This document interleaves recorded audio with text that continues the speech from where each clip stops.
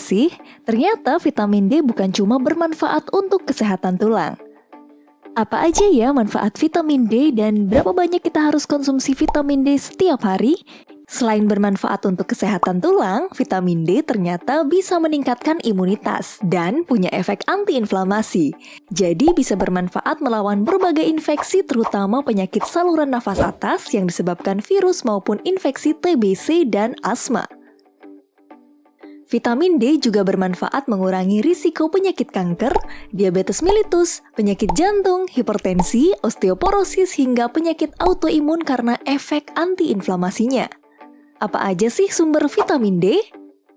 Vitamin D sangat unik karena sebenarnya bisa diproduksi sendiri oleh tubuh manusia, tepatnya di kulit.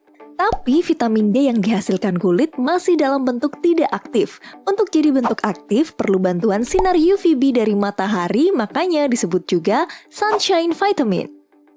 Vitamin D ada dua bentuk, yaitu vitamin D2 dan vitamin D3. Sumber vitamin D selain dari yang disintesis di kulit kita, bisa juga kita dapatkan dari konsumsi ikan, minyak hati ikan, kuning telur, daging sapi, atau dari makanan yang sudah difortifikasi atau ditambahkan vitamin D seperti produk susu kemasan, keju, margarin, dan sereal. Buat kamu yang gak bisa makan ikan, daging sapi, atau produk olahan yang udah ditambahin vitamin D, kamu tetap bisa memenuhi kebutuhan vitamin D. Caranya gampang.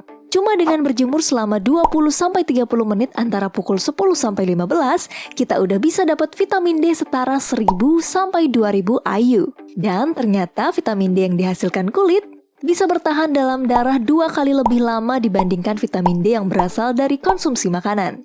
Walaupun vitamin D gampang didapatkan, nyatanya masih banyak kasus defisiensi atau kekurangan vitamin D. Berbagai faktor bisa bikin kekurangan vitamin D seperti penuaan, penggunaan tabir surya, konsumsi obat-obatan yang mengganggu metabolisme vitamin D seperti obat anti kejang, obat HIV, ataupun obat golongan kortikosteroid. Untuk mencegah defisiensi vitamin D, Institute of Medicine merekomendasikan konsumsi suplemen vitamin D. Ada berbagai sediaan suplemen vitamin D yang dijual di pasaran, ada yang punya kandungan 400 IU, 1000 IU, sampai 10.000 IU. Terus, yang mana yang sebaiknya dipilih? Pilih sesuai kebutuhan. Kebutuhan berbeda-beda berdasarkan usia dan kondisi tubuh. Bayi sampai usia 1 tahun bisa konsumsi vitamin D harian 400 sampai 1000 IU. Batasnya 2000 IU masih aman.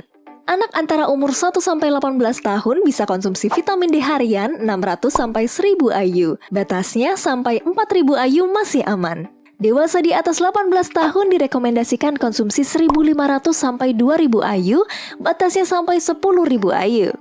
Tapi hati-hati ya, kelebihan konsumsi vitamin D terutama jangka panjang juga bisa berbahaya karena bisa bikin keracunan atau intoksikasi. Gejalanya, linglung, muntah berulang, nyeri perut, banyak buang air kecil, sampai dehidrasi, dan tidak sadarkan diri. Jadi, hati-hati konsumsi vitamin D.